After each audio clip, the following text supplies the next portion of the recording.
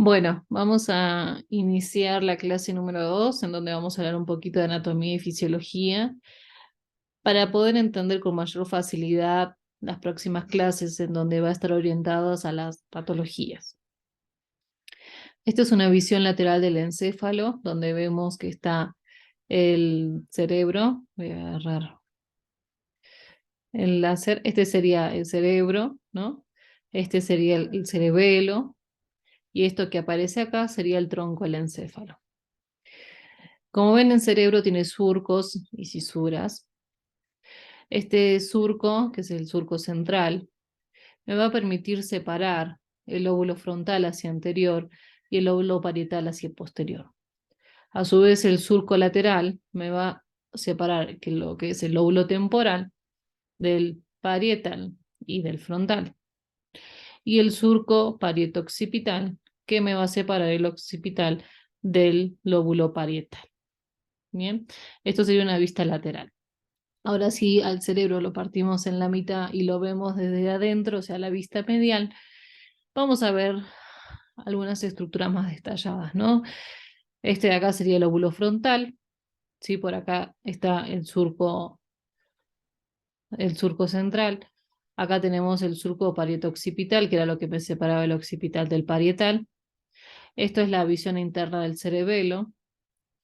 Esto de acá es el cuerpo calloso, ¿sí? Que es lo que une estructuras que tienen fibras, axones que conectan los dos hemisferios cerebrales.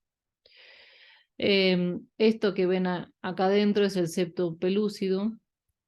Esto que ven acá es el mesencéfalo, ¿sí? Esta es la protuberancia y este es el bulbo raquídeo. ¿Se acuerdan la mariposita, el panzón y la forma redondita? Bien.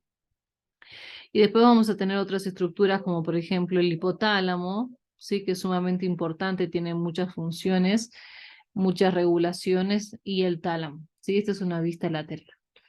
Y acá lo que vamos a ver, que después lo vamos a ver con mejor precisión adelante, son los sistemas ventriculares, ¿no? En donde tenemos los que son los ventrículos laterales, que está el tercer ventrículo, esto de acá, que se conecta con el cuarto ventrículo y luego sigue para acá, que eso lo vamos a ver más adelante. Bien, eso sería una visión medial. Como les dije anteriormente, eh, tenemos los surcos que nos van a separar los lóbulos, y esta fisura longitudinal me va a separar los dos hemisferios cerebrales, derecho e izquierdo. Nuevamente el surco central, lo que está en verde es el lóbulo frontal, lo que está en naranja es el parietal y lo que están en rosa es el occipital. Esa es una vista superior. Bien. Ahora, si vemos la visión lateral, que es la que vimos pero sin el cerebelo y sin el tronco, nuevamente podemos ver acá, ¿sí? El surco central, etcétera, ¿sí? Pero vamos a repetir lo mismo. Cada lóbulo tiene funciones, ¿sí? El lóbulo frontal tiene que ver con lo que sería con la planificación, con el razonamiento, con la memoria, con la moral, con la ética, con el comportamiento, ¿no?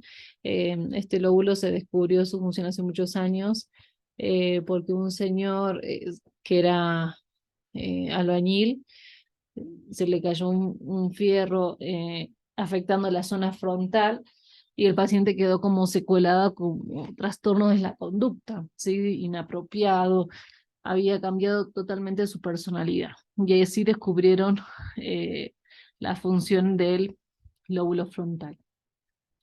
El lóbulo parietal tiene que ver más que nada con integrar toda la información sensorial, todo el procesamiento visoespacial, la atención, el razonamiento matemático. Sí tiene funciones sensitivas, entiende o se encarga de entender su cuerpo con el exterior, así como también registrar todo lo externo. Bien. El lóbulo temporal tiene que ver con la información auditiva, ahí se almacena información visual, ¿sí? Se relaciona con el lenguaje, con el reconocimiento de caras, palabras, números, procesa el aprendizaje. Bien. Y el occipital se encarga sobre todo de la visión. Este es un corte axial, que es lo como vimos la tomografía antes antes de ayer ya no me acuerdo, ayer, ¿sí? Esto sería la fisura longitudinal, es decir, me separa el hemisferio derecho del izquierdo. Estos son los surcos, ¿sí? Todo lo que en esta imagen sea como un marrón un poquito más oscuro, esto sería la corteza, los cuerpos neuronales. Lo que se ve más clarito, ¿sí? Son fibras axonales o la sustancia blanca. Bien. Bueno, acá lo que vamos a ver son los ventrículos laterales, ¿sí? Que se ven acá. Y luego vamos a tener los que son los núcleos de la base. Bien. Por un lado tenemos esta estructura que ven acá arriba, que es la cabeza del caudado. Esto de acá, esta estructura, es el núcleo lenticular. Esto que ven acá es el globo pálido, ¿sí?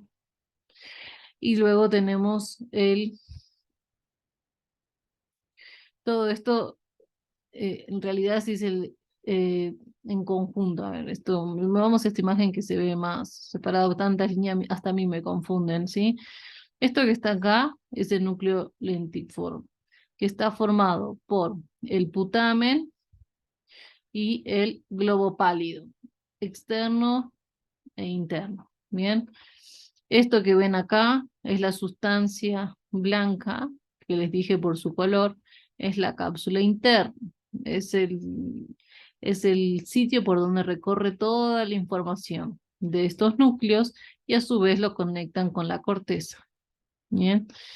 Después tenemos el tálamo, que son estas dos estructuras acá, derecho e izquierdo. Bien. Y este es la ínsula, o también llamada ínsula de Rayleigh, ¿no? Que es que este surco que se ven acá, es como un ramillete, ¿sí? Eh, pero bueno, este es básicamente un corte interno. Lo que tenemos que identificar, se los puse acá para que luego lo veamos en la tomografía, ¿sí? Ventrículos laterales, cabeza del caudado, el putamen, globo pálido interno y externo, la cápsula interna, cápsula externa y esta ínsula. Después lo vamos a ver porque es importante. Con respecto a las meninges, saben que es una lámina que lo que va a tener está constituida por la dura madre, que es la capa más externa, ¿sí? La que está más cerca al cráneo. En esta imagen lo vamos a ver, este sería el cráneo, ¿no? Y tenemos la meninges, que sería la dura madre, ¿sí? Con una capa interna y externa. Por debajo tenemos la aracnoides, que es una capa más finita. Y por último, en contacto con el tejido cerebral, es la pía madre. ¿Sí? Es la más interna y se encuentra bastante vascularizada. El espacio que se forma entre la pía madre y el aracnoides se llama espacio subaracnoideo, que es el lugar por donde recorre el líquido cefalorraquídeo. En definitiva, la función de las meninges es proteger al encéfalo, dar como un soporte a las arterias y venas, y van a formar el espacio subaracnoideo en donde circula el líquido cefalorraquídeo. Bien, que eso lo vamos a ver en la próxima diapositiva. En la próxima. Ahí me he olvidado de esta. Esta es lo que le había explicado, que en donde le dije que cuando tenemos una prolongación de las meninges, se llama tienda de cerebelo. Esto me va a diferenciar en dos sectores, una región supratentorial y una infratentorial. Recuerden que todo lo que ocurre acá es más complicado o más severo por el hecho de que no tenemos espacio para expansión y hacia adelante tenemos el tronco, el encéfalo, encargada de muchas de las funciones vitales. Bien, ahora sí está lo que es la circulación del líquido cefalorraquídeo. Bien. Estos serían los ventrículos laterales, ¿sí? Que ven acá. Tienen un asta frontal, un asta temporal y un asta o posterior y un asta lateral, en donde va a circular el líquido cefalorraquídeo, ¿sí? Se lo producen acá, que son producidos por los plexos coroides. Los plexos coroides son franjas vasculares de la pía madre que van a estar recubiertas por células epiteliales, que acá le puse la imagen, ¿sí? Estas células epiteliales cuboides son las que sintetizan el líquido cefalorraquídeo. La producción aproximada son entre 300 o 400 mililitros en 24 horas. Bien. Una vez producido ese líquido cefalorraquídeo va a circular por los ventrículos laterales y por el foramen interventricular va a llegar a lo que es el tercer ventrículo. Del tercer ventrículo, que ven acá que es como un pajarito la carita, va a descender a través de un acueducto mesencefálico al cuarto ventrículo, en donde el cuarto ventrículo se encuentra limitado hacia anterior con el tronco del encéfalo y hacia posterior con el cerebelo, como una estructura romboidal. En el cuarto ventrículo vamos a tener dos aberturas, una mediales y laterales, que es lo que por donde van a pasar el líquido cefalorraquídeo y continuar su recorrido, ¿sí? A través del canal de la médula espinal. Pero esto es la circulación normal, pero también tiene que ser reabsorbido el líquido cefalorraquídeo, porque no es tan solo producción, es producción y reabsorción. Acá tenemos otra imagen, que esto ejemplifica lo que serían los ventrículos laterales, con sus plexos coroides que está sintetizando, nuevamente cae al tercer ventrículo a través del foramen interventricular, y luego por el acueducto mesencefálico llegaría al cuarto ventrículo. Bien, entonces ahí tenemos los plexos coroideos, pero después pasan y se filtran y luego son absorbidos por las vellosidades de las aracnoides que se encuentran a nivel de los senos venosos. De esa forma aseguran una circulación normal del líquido cefalorraquídeo. Si existe alguna alteración en esta circulación, van a generarse complicaciones. Y también tenemos que saber qué son las cisternas, ¿sí? Las cisternas van a ser unas mínimas uniones que me van a fijar al base de cráneo, al aracnoides y a la pía madre. O sea, son como sitio de anclaje para que ese cerebro no se esté moviendo para todos lados. Y además, pues, presentan sectores con líquido cefalorraquídeo, vasos y raíces nerviosas. Bien.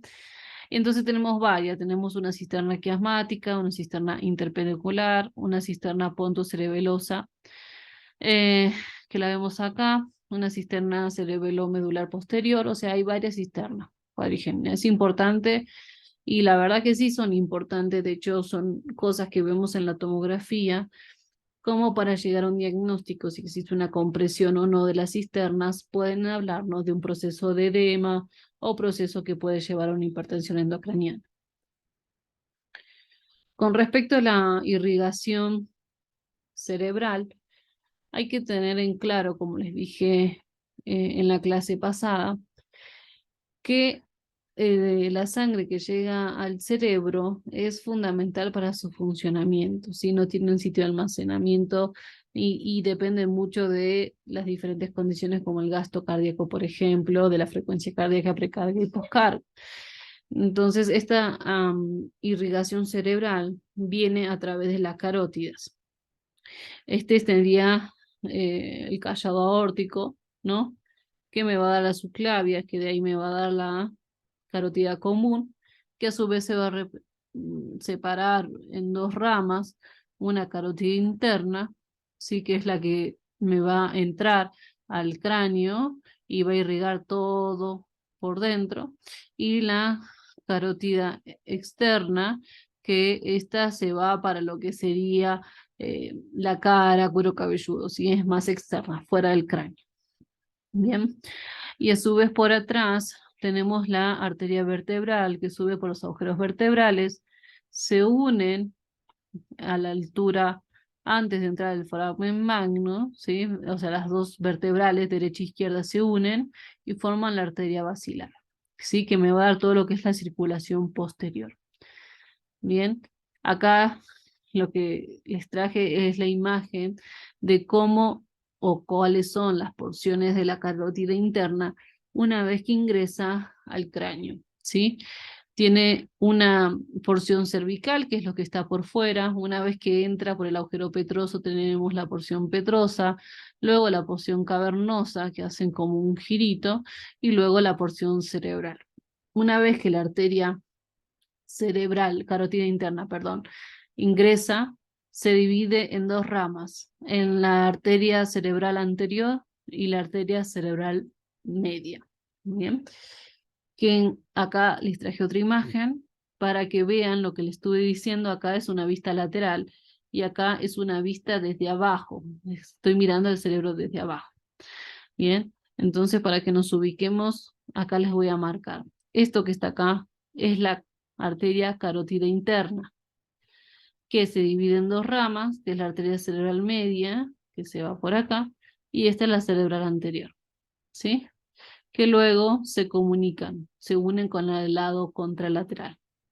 Bien, después tengo las arterias vertebrales que les dije que vienen por el agujero vertebral, derecha e izquierda, se unen, forman la arteria basilar. Esta arteria basilar me va a dar las cerebrales posteriores, ¿no? Que ven acá, y luego se van a unir nuevamente a través de las comunicantes posteriores con la arteria cerebral media. De esta forma se encuentra constituido lo que se llama polígono de Wills, lo que favorece que si, por ejemplo, tengo una lesión acá, pueda ser el resto del tejido irrigado, ¿no? Ya sea por esta circulación que me favorece y por las colaterales. Bien. El cerebelo va a estar irrigado por ramas de la arteria basilar, al igual que el tronco, y también por ramas que vienen directamente, que son las cerebelosas, inferiores o pósteros anteriores. Perdón, inferior anterior, ¿sí? Que son ramas de la basilar y algunas vienen directamente, ¿sí? De la vertebral vienen algunas también, que ayudan en irrigación, pero principalmente son estas. Bien. Ok, esto sería lo que es el polígono de Wills. Acá otra imagen, vuelvo a explicar lo mismo. Carótida interna, una vez que ingresa al cerebro, se divide en dos ramas, cerebral media y cerebral anterior, de un lado y del otro, que luego se unen hacia anterior con la comunicante anterior. Y de luego por atrás tenemos la arteria vertebral, derecha e izquierda, que se unen, forman la arteria basilar, y me van a dar dos ramas, la cerebral posterior, ¿sí? Esta cerebral posterior se comunican con la cerebral media a través de la comunicante posterior. Y como ven, ahí tienen formado el polígono de Wills. Ahora veamos cómo está irrigado. Veamos que la región más que nada frontal, ¿no? Sobre todo hacia arriba, y acá, o sea, esta es la vista lateral y esta es la vista medial, está irrigado por la arteria cerebral media. Que la arteria cerebral posterior me va a irrigar todo lo que sería de acá el occipital, porción del temporal. ¿Sí? Este sería la cerebral posterior. Y la cerebral media va a irrigar sobre todo la cara lateral. ¿Ven? O sea, tiene un buen territorio cada una. Con respecto al drenaje venoso, de toda esa sangre que llega oxigenada, se tiene que ir carboxioxigenada. ¿Para qué? Para retomar a las venas cavas, llegar a las aurículas derechas, pasar por el ventrículo derecho y pasar a las arterias pulmonares para que las vuelva a oxigenar. Acá contamos con los senos sagitales. Tenemos el seno sagital superior, tenemos el seno sagital transverso, ¿sí? Tenemos bastantes senos que juntan toda la sangre para poder luego devolverla para que sea oxigenada. Ven que acá es distinto. No es generalmente en el brazo, por ejemplo, tenemos la arteria radial y la vena radial que se van acompañando. En este caso no es una distribución similar. no tenemos venas en el polígono de Wills, por ejemplo, para que me entiendan. Son dos sistemas que funcionan sinérgicamente, pero no como en otra parte del cuerpo, ¿sí? Acá están los senos que drenan toda la sangre carboxioxigenada. Y para entender un poquito más de fisiología, esto es una diapo que trata de explicar lo que es la autorregulación cerebral. Existen muy pocos órganos que tienen esta función. Uno es el riñón, el hígado y por último el cerebro. ¿Y qué significa que un órgano tenga la autorregulación? Significa que ese órgano puede manejar un flujo sanguíneo, cerebral en este caso, constante, independientemente de la presión arterial media, ¿sí? Lo que funciona son entre los 60 milímetros de mercurio, algunos dicen hasta 150, otros hasta 180, pero hasta 150 de tensión arterial media, este cerebro va a tener siempre la misma cantidad de sangre que le llega por unidad de tiempo, ¿sí? Eso significa que tenga autorregulación cerebral. Que no me importa en qué rango está de TAM, si entre 60 o en 150, no me importa, pero siempre me va a llegar la misma cantidad de sangre a mi cerebro. ¿Bien? Eso es la autorregulación cerebral. Imagínense que de esta forma se aseguran tener un flujo constante, independientemente de lo que me pase en el cuerpo. Bien, ¿se acuerdan que yo les dije cuando tengan un paciente hipotenso, el Glasgow no va a ser bien evaluado? ¿Por qué? Bueno, esta sería la explicación. Debajo de este rango, es decir, de 0 a 40 milímetros de mercurio, acá no existe autorregulación cerebral. Entonces, va a ser directamente proporcional al flujo sanguíneo cerebral. Por ejemplo, vamos a 40. Supongamos que tenemos un paciente con una TAM de 40, que es tensión arterial media. El flujo sanguíneo le va a caer a 40, ¿sí? Y si me baja más, me va a seguir bajando el flujo sanguíneo cerebral.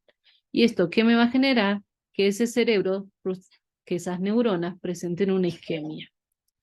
Entonces, eso es un problema, ¿sí? Porque acá ya perdimos. Ahora, si estamos con un paciente sumamente hipertenso, es decir, con una TAM mayor a 150 en este caso, también va a pasar lo mismo. Es decir, mientras subas la presión, me va a llegar mayor cantidad de sangre al cerebro, con lo cual eso me puede llevar a un edema cerebral. Obviamente, esto genera un edema que me puede lesionar las neuronas por compresión, ¿sí? No está bien que se junte líquido entre las neuronas porque impide su correcto funcionamiento. ¿Bien? Entonces, ¿cómo hace esto? ¿Cómo hace este cerebro? Bueno, cuando autorregula bien, voy a tener vasoconstricción o vasodilatación dependiendo de la presión.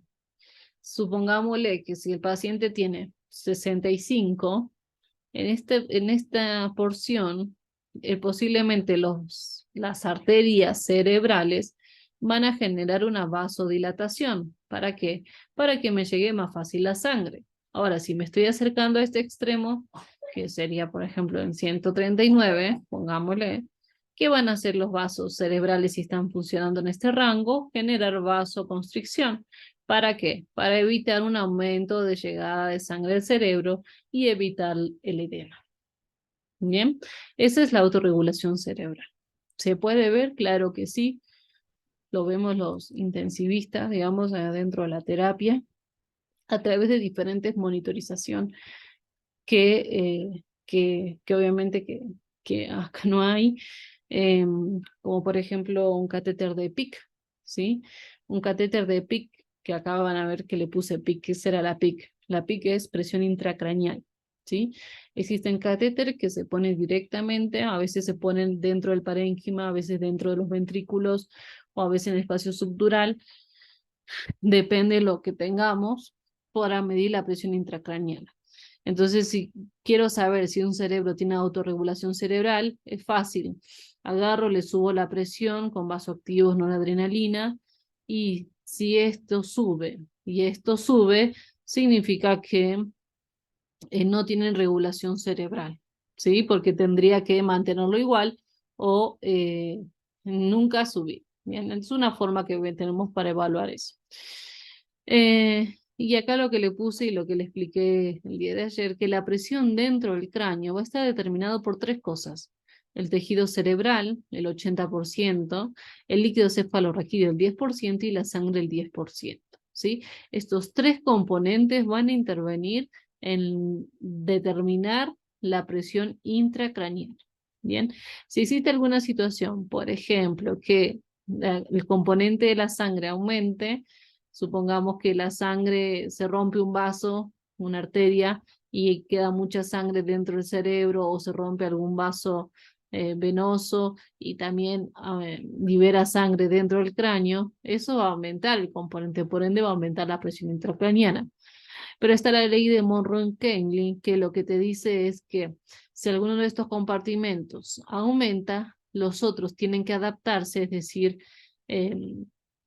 generar cambios para que esa presión intracraneal no aumente. ¿Por qué? Porque si la presión intracraneal es tan alta, al igual que la TAM, fíjense que es una resta. Entonces, si la TAM tengo de 60, por ejemplo, y la presión intracraneal de 60, la PPC, que es la presión de perfusión cerebral, es 0. Entonces el cerebro no le llega sangre. Entonces, ¿qué hace el paciente? Entra en coma o se puede morir. Bien. Entonces lo que hace, como fisiológicamente, es que el líquido cefalorraquídeo, como es más fácil, lo desplaza al canal medular para tratar de compensar esta situación, ¿sí? O si supongamos que es una hidrocefalia, que es una alteración de la circulación normal del líquido cefalorraquídeo, o una alteración de la absorción, o una alteración de la producción, o obstrucción en alguno de sus recorridos, va a generar un aumento del líquido cefalorraquídeo, no va a poder hacer su recorrido normal. Entonces, ¿qué pasa? Aumenta la presión dentro del cráneo. ¿Y cómo lo compensa o cómo lo explica la ley? Es que la sangre va a empezar a caer, va a caer la presión de perfusión cerebral, por ende eso puede generar muchas lesiones. Bien, ahora vamos a pasar a hablar un poquito de las tomografías. ¿Se acuerda que vimos que había varios colorcitos, ¿no? Un blanco, un gris y un negro. Bueno, acá se los puse. Esto se mide lo que se llama una escala de Hounsfield, que generalmente lo hacen los imagenólogos. A veces, por ejemplo, si tenemos duda de algo, le preguntamos qué Hounsfield es y le decimos, y ellos nos dicen, mira, es grasa, es sangre, dependiendo de su valor, ¿sí? Cuando algo es blanco en la tomografía, como por ejemplo el hueso, se lo dice que es hiperdenso. Bien, el blanco se dice hiperdenso. Vamos al otro extremo. Cuando es oscuro, negro en la tomografía, se lo llama hipodenso, ¿sí? Y el ejemplo, como vimos el otro día, es el aire. Y después tenemos estas escalas medio de grises, ¿no? Que acá vemos sangre coagulada, sustancia blanca, sustancia gris y sangre. ¿Se acuerdan que les dije, no? Que acá la sustancia blanca y sustancia gris se ven gris ambas, solo que una se ve más clara y otra se ve más clarita, ¿sí? Fíjense en que la más clarita va a ser la sustancia gris, mientras que la más oscura va a ser la sustancia blanca. ¿Bien? Todo lo que veamos negro va a ser aire, va a ser agua como líquido cefalorraquídeo, o va a ser grasa como vimos por fuera del cráneo, no adentro del cráneo. Vamos a ver un poquito más. Acá les dejé la partecita de los colores, pero bueno, esto es una tomografía simple, axial de encéfalo. Recuerden que, como les dije, es como mirarlo, que entra el tomógrafo de los pies al paciente. Todo este lado es derecho y este lado es el izquierdo. Bien, esto que es blanco es cráneo, es hueso, ¿sí? Que se dice que es hiperdenso.